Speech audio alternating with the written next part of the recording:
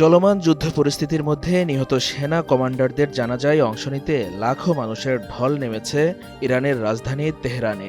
Israel ও যুক্তরাষ্ট্রের হামলায় নিহত শীর্ষ সামরিক কর্মকর্তাদের প্রতি শ্রদ্ধা জানাতে ভয় ভীতি উপেক্ষা করে রাস্তায় নেমে আসেন সাধারণ মানুষ।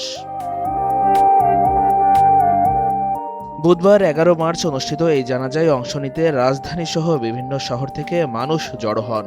ইরানের সশস্ত্র বাহিনীর জেনারেল স্টাফ জানায়, সাম্প্রতিক হামলায় নিহত উচ্চপদস্থ সেনা ও নিরাপত্তা কর্মকর্তাদের জন্য যৌথ জানাজার আয়োজন করা হয়। শহরের বিভিন্ন সড়কে শোকের আবহ তৈরি হয়।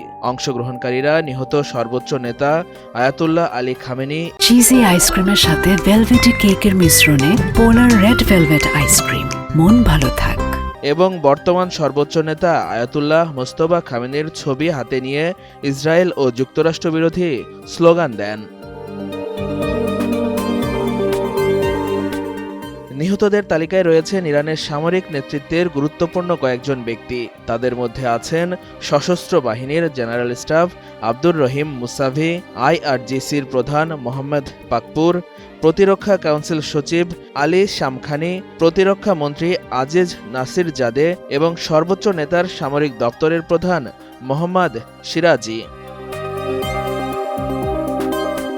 বিশেষজ্ঞরা বলছেন, একই সঙ্গে এত উচ্চপদস্থ সামরিক কর্মকর্তার মৃত্যু ইঙ্গিত দেয় যে সাম্প্রতিক হামলাগুলো সরাসরি ইরানের সামরিক কমান্ডো কাঠামোকে লক্ষ্য করে চালানো হয়েছে।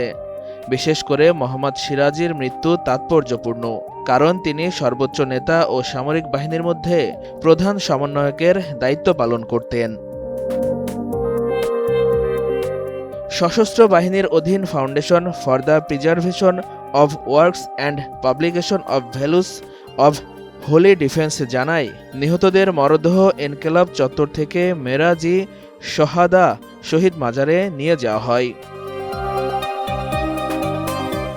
ইরান সরকার বর্তমান সংঘাতকে রমজান ইম্পোজড ওয়ার হিসাবে উল্লেখ করেছেন।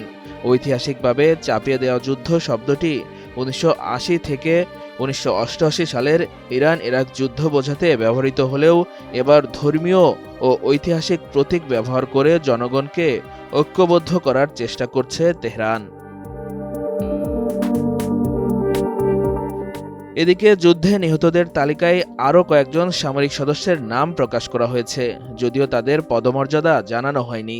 আইআরজিসি ঘনিষ্ঠ গণমাধ্যম তাসনিম জানিয়েছে, তেহরানে ইসরায়েলের প্রাথমিক হামলায় ল এনফোর্সমেন্ট কমান্ডের গোয়েন্দা প্রধান গোলাম রেজা রেজাইয়ান নিহত হন। বিশ্লেষকদের মতে, সাম্প্রতিক এই হামলা ও গণজানাজা মধ্যপ্রাচ্যের চলমান সংঘাতকে আরও জটিল ও দীর্ঘমেয়াদী রূপ দেওয়ার ইঙ্গিত দিচ্ছে।